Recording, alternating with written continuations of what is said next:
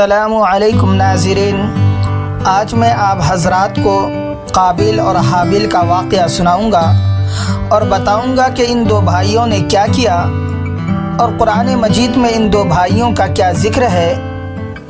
اس سے پہلے آپ ناظرین سے درخواست ہے کہ اس چینل کو سبسکرائب کر دیں اور بیل آئیکن بٹن کو دبا دیں، اس سے ہماری ہر آنے والی ویڈیو کی جانکاری آپ کو ملتی رہیں گی انشاءاللہ۔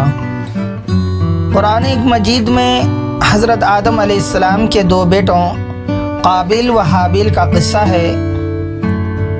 حضرت آدم علیہ السلام اور حوا علیہ السلام سے بہت اولاد ہوئی، انہی میں دو بچے قابیل و حابیل تھے۔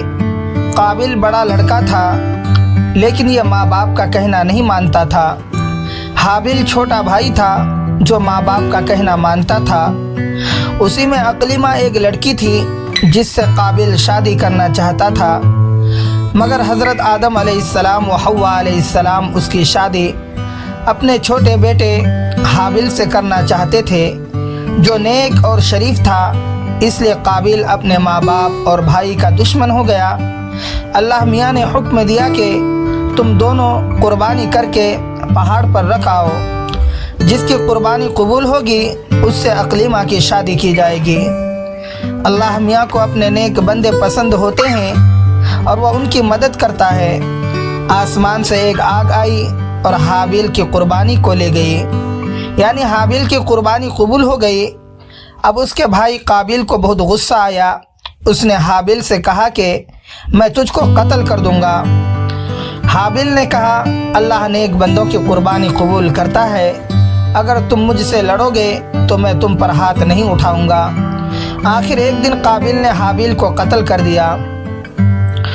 دنیا میں یہ پہلا قتل تھا جو قابیل نے اپنے بھائی حابیل کا کیا۔ قتل کرنے کے بعد قابیل کو فکر ہوئی کہ قابیل کی لاش کا کیا کرے، کس طرح چھپائے۔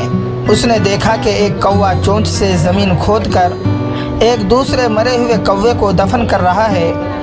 تب اس نے بھی اپنے بھائی حابیل کو زمین کھود کر دفن کر دیا اور خود جا کر آگ کی پوجا کرنے لگا۔ حضرت آدم علیہ السلام و حوا علیہ السلام کو بہت رنج ہوا۔ قابیل اور حابیل دونوں بھائیوں کے جھگڑے سے ہم کو سبق لینا چاہیے۔ ہمارا حقیقی بھائی یا مسلمان بھائی اگر ہم پر زیادتی کرے تو بہتر یہ ہے کہ ہم صبر کریں اور اپنے بھائی پر ہاتھ نہ اٹھائیں۔ قابیل نے اپنے بھائی کو قتل کیا، قیامت تک لوگ اس پر لعنت کرتے رہیں گے اور آخرت میں اللہ کے عذاب کا مستحق ہوگا، اور حابیل کو قیامت تک لوگ اچھا کہتے رہیں گے اور جنت کا وارث ہوا۔ تو اللہ تعالی ہم سب کو اس واقعے سے سبق لینے کی توفیق عطا فرمائے، آمین۔ السلام علیکم ورحمۃ اللہ وبرکاتہ۔